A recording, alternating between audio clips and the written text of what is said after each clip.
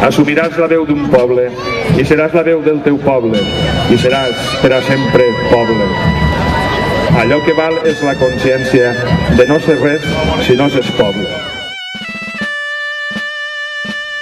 No podràs escriure els poemes i callaràs tota la nit mentre dormen les teues xenes, i tu sols estaràs despert, i tu estaràs despert per tots. No t'han parit per a dormir, et pariren per a vetlar en la llarga nit del teu poble. Tu seràs la paraula viva i amarga. Ja no existiran les paraules, sinó l'home assumint la pena del seu poble, i és un silenci. Deixaràs de comptar les síl·labes, de fer-te el nus de la corbata. Seràs un poble caminant entre una amarga polseguera, vida amunt, nacions amunt, l'enaltida condició.